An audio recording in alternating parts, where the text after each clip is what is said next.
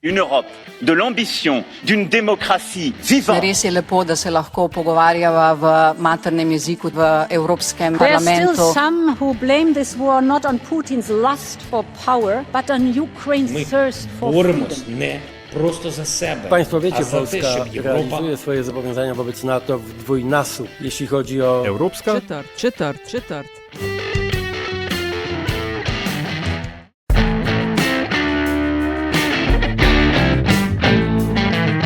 Spoštovani in cenjeni, dobrodošli v podkastu Evropska četrt, podcast o vsem, kar vas bo zanimalo o Evropski uniji, pa niste vedeli, koga vprašati. Evropsko četrt vodi vam Nataša Briški in Aljaž Pengal-Bitenc. Podcast domuje na spletni postaji metinalista.si, v vašem nabiralniku pa sveža epizoda takoj, ko je na voljo. In ta, ki je na voljo tokrat, je namenjena temu, da predstaviva delo ene zelo pomembne in zelo uspešne organizacije, mednarodne. Kratica je CEF, Center of Excellence in Finance, ima sedež v Ljubljani, gre pa za največjo mednarodno vladno organizacijo s sedežem v Sloveniji. Kaj delajo? Podpirajo razvoj zmogljivosti, zdaj to zelo tehnično, javnih uslužbencev in njihovih inštitucij v jugovzhodni Evropi. Kako? Skozi učenje in izmenjavo znanja, Aljaž. Ja, res je. CEF, oziroma, kot se je rekla, Center of Excellence in Finance, je bil ustanovljen že davnega leta 2001, tako da je zdaj že več kot, skoraj četrt stoletja že obstaja. Ja in ne, In, ker so spremembe, ne? Tako, ne. Leta 2015 pa so se preoblikovali v regionalno organizacijo z članstvom držav jugovzhodne Evrope in je ena od tistih slovenskih zgodb to, ki je v tujini bolj znana kot pri nas. Zakaj je temu tako in ali je to bilo načrtno, ali se je to pač tako zgodilo in kakšna je prihodnost, se bova pogovarjala z direktorico CEF-a, Jano Repanšek, ki jo prav lepo pozdravljam v Evropski četrti. Dober dan. Pozdravljena, hvala za povabilo na ta pogovor. Ja, z veseljem. In najtežje vprašanje takoj v štartu, potem bodo vsa lažja. Zakaj rabimo CEF? Ja, CEF rabimo zato, da imamo v bistvu močne inštitucije v javnem sektorju, ki lahko opravljajo svoje delo. Da opravljajo svoje delo, kaj to pomeni? To pomeni, da oblikujejo politike in jih pol tudi izvajajo na področju, v katerem mi delujemo, in to je javne finance. To se pravi, tle gre za reforme, kot so na primer reforma na področju dela, reforma na področju pokojninska reforma in tako naprej. Gre za to, da ljudje, javni uslužbenci, imajo znanja, da vedo, kako najbolj učinkovito, uspešno delati v svojih ekipah in potem v svojih inštitucijah. In vaša ekipa, predvidevam, glede na to, da gre za finance, se stoji iz vrhunskih ekonomistov, finančmojstric? Ja in ne. Naše ime je Center of Excellence in Finance, v slovenščini Center za razvoj financ. Vendar smo leta 2019 izbrali v bistvu, da se imenujemo svojo kratico CEF. Zakaj? Zaradi tega, ker smo želeli skriti besedo finance. Res je, da se vsebinsko ukvarjamo s financami, vendar pa je človek v našem ospredju. Tako da na CEF-u smo ekonomisti, jaz osebno sem po diplomi ekonomistka fakultete v Ljubljani. Res pa je, da potem sem nadaljevala študij na področju javnih politik. Tako da pri nas v bistvu smo ekonomisti, smo pa tudi kar precej kolegov so diplomanti z fakultete za družbene vede, mednarodniki. Imamo tudi diplomante filozofske fakultete in pa tudi naravoslovnih študij. V bistvu je pa tako, da niso naši zaposleni samo diplomanti slovenskih inštitucij, slovenskih univerz, ampak ker imamo 9 različnih nacij med našimi zaposlenimi, seveda so tudi potem izobrazbe iz različnih držav. Jaz razumem, ne, zakaj želite skriti besedo finance. V končni fazi je ena od odkritij, ne, oziroma spoznanj sveta po finančnem zlomu leta 2008, da pač ta, kaj se temu reče, pristop silosa, ne, samo finance, samo ekonomisti, samo naravoslovje, samo inženirji, ne deluje več. Ne. Ampak vendarle me zanima, a je zdaj CEF nadzorna, da ne rečem revizorska inštitucija, ali ste prostor učenja, ali kaj? Ja, smo prostor učenja in smo daleč od nadzorne in revizijske službe. V bistvu smo prostor, kjer se srečujejo ljudje, ki so strokovnjaki na področju javnih financ. Mi jim pomagamo se povezati, da se čim bolj učinkovito učijo in potem delajo učinkovito na svojih področjih. To se pravi, naš fokus kot tak, naša ekspertiza osnovna niso finance. Res, da poznavamo finance, javne finance, ampak le dodaten, bi rekla, layer, dodatna vsebina, ki jo moramo mi poznati, in to je, kako ljudje se učimo in kako delamo spremembe, koliko smo odprti ali ne za delanje sprememb. In zdaj, če govorimo o spremembah, spremembe v bistvu so lahko tudi v kontekstu javnega sektorja, javnih inštitucij, reforme, na katerih je potrebno delati v državah. Tako da moja, bi rekla, ekspertiza je v bistvu upravljanje z spremembami. Vi v bistvu sodelujete, kar imate tudi na vaši spletni strani, se pravi z ljudmi, z ministrstv, ki delajo na ministrstvih za finance, resorna ministrstva, davčne uprave, centralne banke in države, ki jih, bom zdaj rekla zaenkrat, ker verjetno ni fiks število, ali je? Zdaj tako je, ne? Mi smo aktivni v državah jugovzhodne in vzhodne Evrope. Trenutno imamo 8 držav članic. To pomeni, da imajo predstavnike v našem upravnem odboru, da aktivno vplivajo na naš program, ki ga oblikujemo in potem izvajamo. Sicer pa smo aktivni širše kot v 8 državah.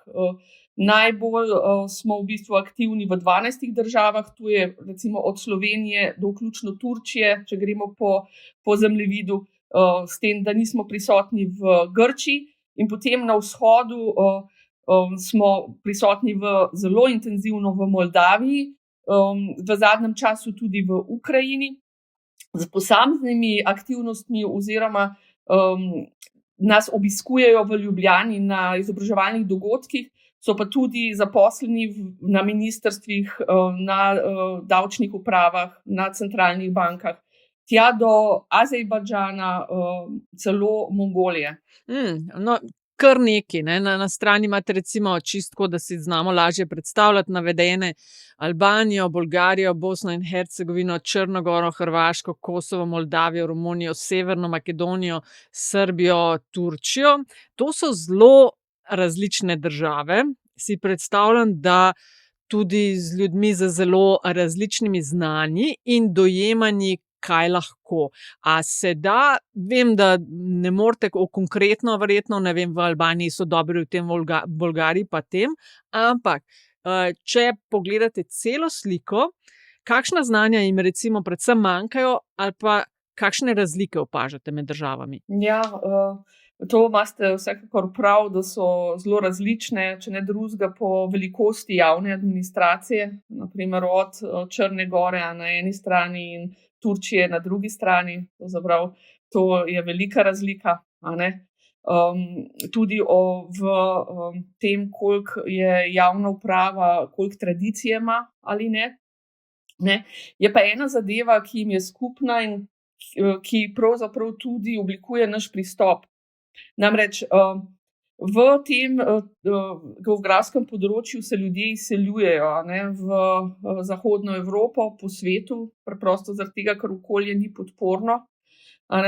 Istočasno pa talentirani ljudje iz tega geografskega področja so prav tako talentirani, prav tako izobraženi kot kjerkoli drugje na svetu.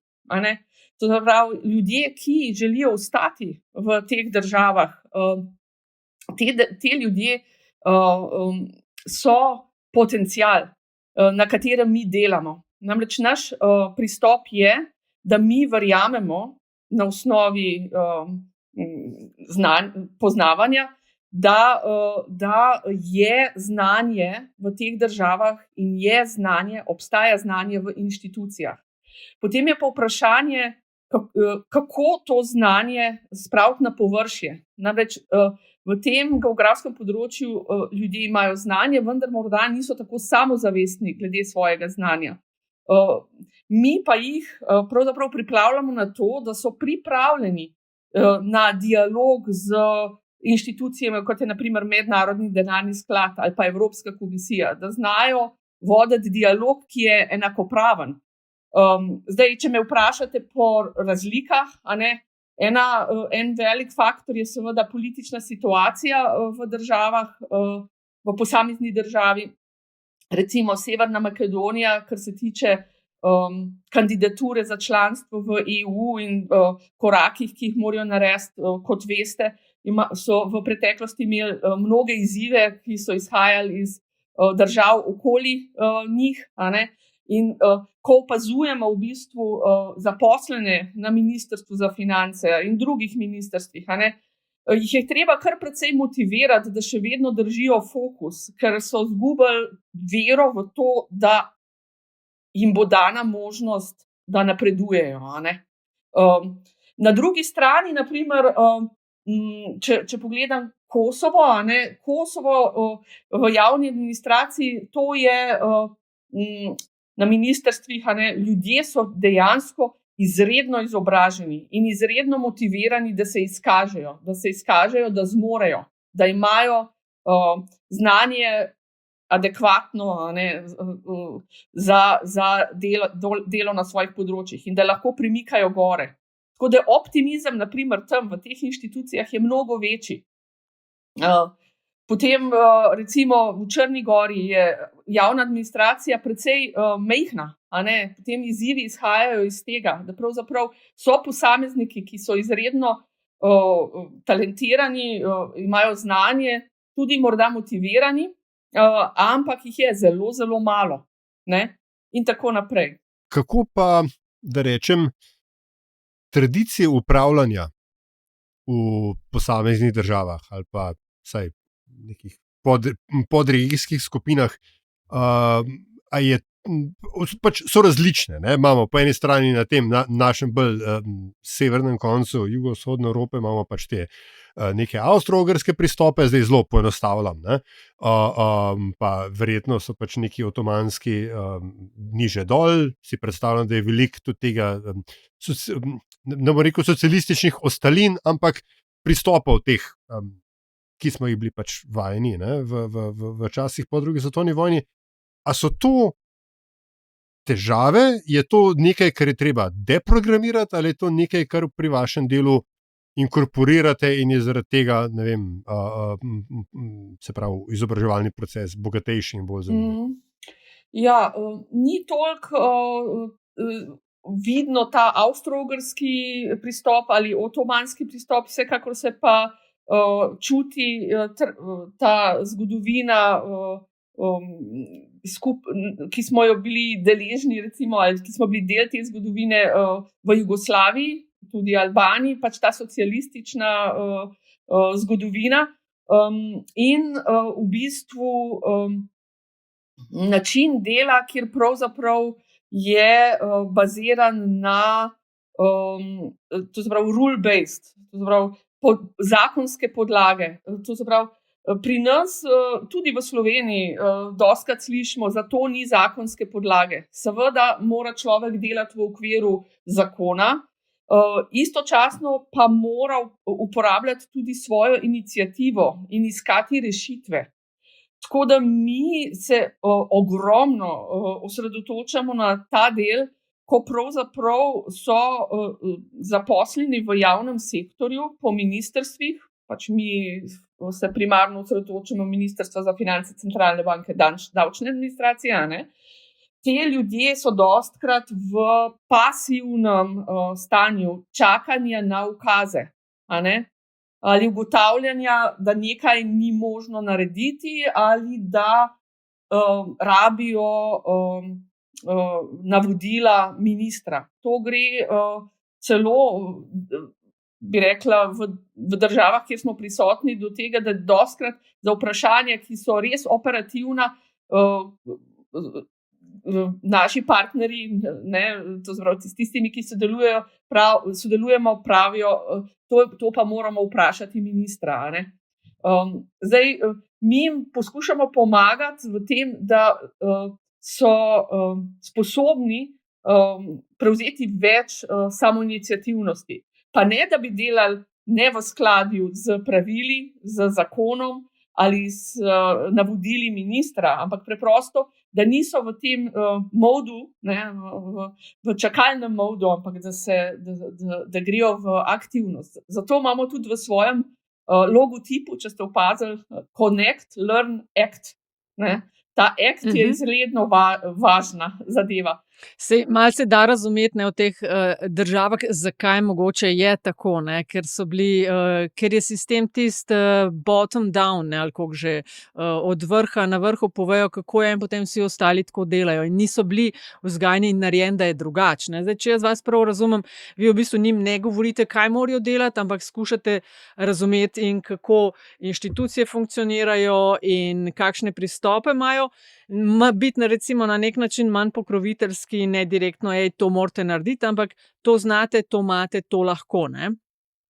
Kakšne so na nek način, v bistvu ne date rib, ampak učite loviti ribe, kar je še težje pravzaprav. Dolgoročno boljš, ampak težje. Zdaj pa, če vprašam vaše metode učenja, zdaj, to verjetno ni dobri ste, zmorete to psihopumpanje, ki naj bi potem pripeljalo do večje samoiniciativnosti, ampak imate predviden še drugače, kako razdelan to? To imamo razdelan, bi rekla, do obisti, ker to je bistvo našega dela. V bistvu naj začnem s tem, ne. Naša vizija je, da mi navdihujemo ljudi za delo na njihovem področju. To pravi, mi jim ne povemo, kaj morajo narediti. Tukaj ste pravilno ugotovili, mi jim ne povemo, kaj.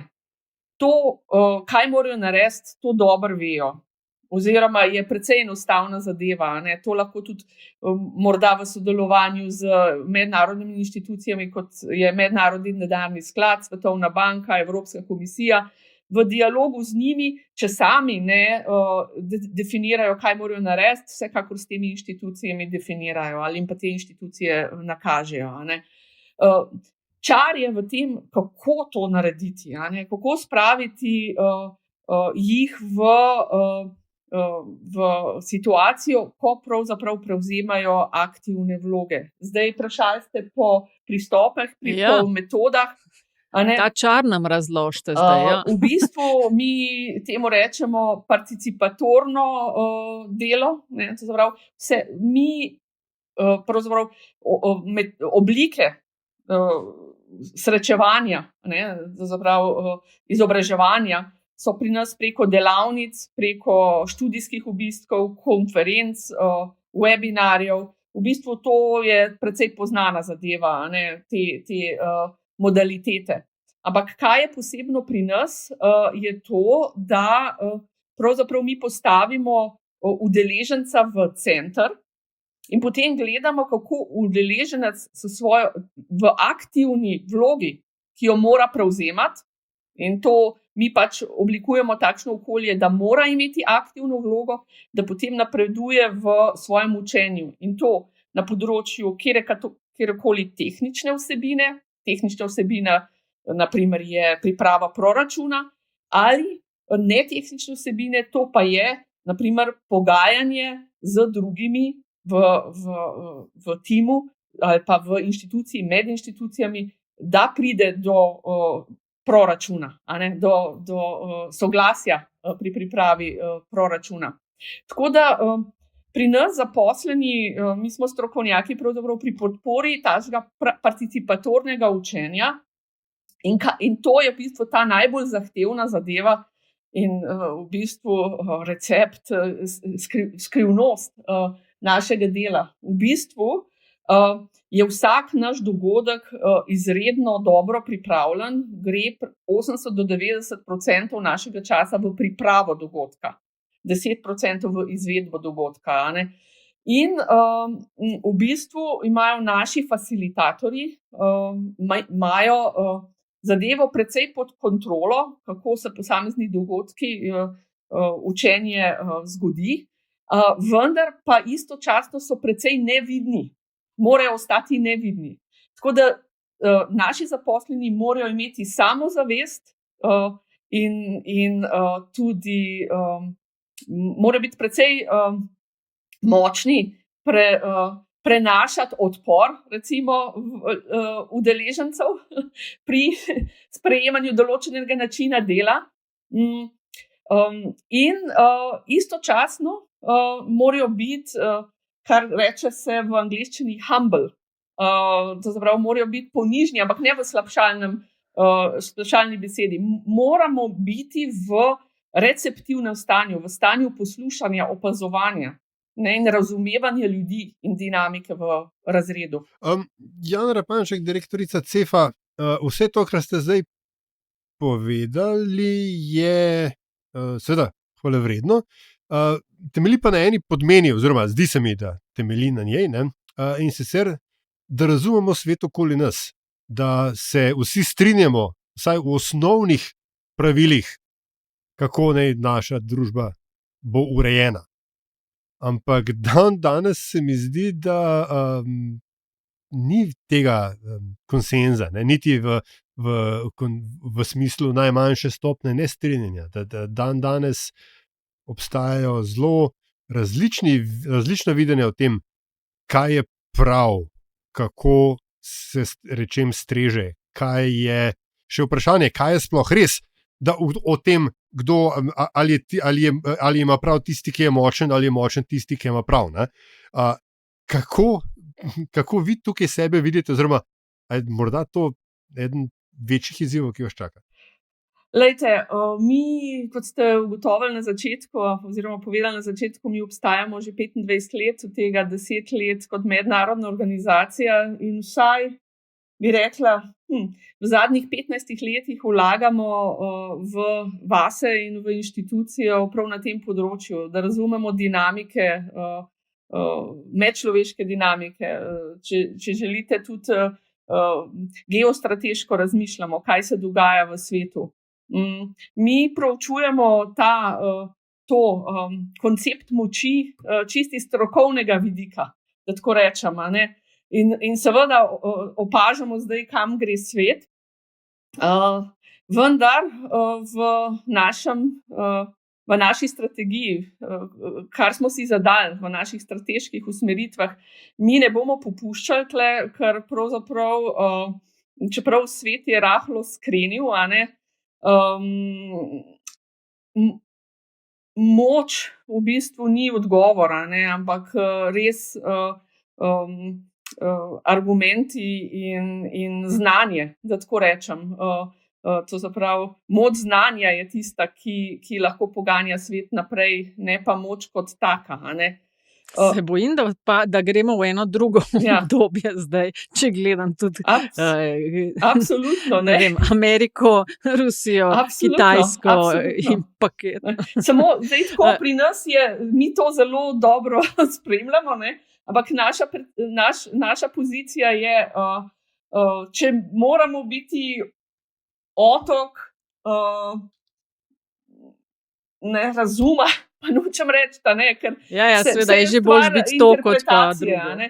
Ampak vsekakor vlagamo še bolj pospešeno v svoje znanje, v svoje poznavanje, da bi vsaj tam, kjer imamo vpliv, in to je v vzhodni Evropi, v inštitucijah, ki sem jih omenila, da lahko vplivamo na način, podpiramo, pasivno je to vpliv, ampak podpiramo tiste, ki pravzaprav razmišljajo konstruktivno, ne na poziciji moči, da pravzaprav pridobijo vidnost in moč. Naprimer, eden od projektov, ki ga izvajamo trenutno, je We Lead. To je projekt za policy makerje v jugovzhodni Evropi do leta 2035. To se pravi, to so visoko kvalificirani, izobraženi kadri, ki delajo po javnih inštitucijah in ki imajo moč še vedno in interes, da naredijo pozitivne spremembe v svojih inštitucijah in v svojih državah. To se pravi, ki ne delujejo politično, ampak na temelju stroke znanja. To se pravi, mi smo nekako se odločili tudi za to, da preživimo mentalno v tem svetu, kaj se zdaj dogaja, da se osredotočamo na področja, kjer imamo vpliv, kjer lahko pravzaprav nudimo platformo, parket za ljudi, ki delujejo na temelju znanja, da se lahko srečujejo, izmenjujejo znanje, zato da potem lahko naredijo pozitivne spremembe na svojih področjih. Še zadnje vprašanje za vas, gospa Repanšek, ker bomo postavili piko počasi. In sicer ste, kot sem omenila, največja mednarodna vladna organizacija s sedežem v Sloveniji. Če hočeš priti k vam v službo, kaj treba znati, kje se lahko prijavijo ali iščete kakšne kadre zdaj? Ja, ta trenutek smo več ali manj zaključili z kadrovanjem, smo imeli pa lani kar velik porast zaposlenih. Kadrovali smo več kot 10 zaposlenih v zadnjem letu. Zdaj izobrazba naših zaposlenih je seveda ekonomisti, diplomanti družbenih disciplin, predvsem pa naši zaposleni, eno je fakultetna izobrazba ali pa formalna izobrazba, da tako rečem. Drugo je pa sam odnos do sveta, in odnos do človeka. Kako pa to ugotovite? Odnos, kako boste vedeli, recimo jaz se prijavim na eno prosto mesto, kako boste ugotovili, kakšen odnos imam do sveta ali pa do človekovih pravic? Kaj me vprašate? Z zelo poglobljenim pogovorom. Vsak novo zaposleni gre preko več krogov pogovorov z nami in pa z strokovnjaki kadrovskimi in pa z tem, da mora oddelati intervju v situaciji. To se pravi, da ga spravimo v situacijo 3 ure, kjer mora delati na določenem casu in potem opazujemo njene reakcije in kako rešuje določene problematike. To so situacije, kjer človeka spravimo na rob še tega, kar se mu zdi zmogljivosti. Ja. In tako ga preizkusimo. Ker, kot sem rekla, situacije v razredu pri nas so precej težke, kjer je treba obvladovati razred na način, kjer ne dominiraš. Torej, mi moramo imeti top kader, ki nima želje po dominiranju. Ja, good luck. Ampak uspevamo in vlagamo vase. Trenutno, kot sem rekla, nimamo morda bomo imeli eno delovno mesto razpisano. Vsa delovna mesta so razpisane na naši spletni strani, tako da se lahko informacije najde tam, jih pa tudi oglašujemo na socialnih omrežjih. Naj pri tej informaciji za potencialne zainteresirane ostane. Mislim, da bi ta pogovor lahko sicer še nadaljevali, ampak je nekaj treba vendarle postaviti piko. Tako da, Jana Repanšek, direktorica CEPA, hvala lepa za vaš čas in seveda za vas trud, ki ga vlagate. Hvala lepa. Hvala vam. To je bila Evropska četrt. Hvala za vašo pozornost, predlogi, mnenjem, zelo dobrodošli. Hvala pa tudi za pohvale in kritike, ki jih delite z nama, in res hvala za investicije, ki jih namenjate razvoju in produkciji naših vsebin. Avtor glasbene podlage je Peli, iz podcasta Opravičujemo se za vse nevšečnosti. In seveda, če vam je bila vsebina všeč, bo pomagalo, da nas najde še kdo, če naj jo ocenite pri vašem izbranem podcast ponudniku. Sicer pa hvala za vašo družbo in se slišimo spet kmalu.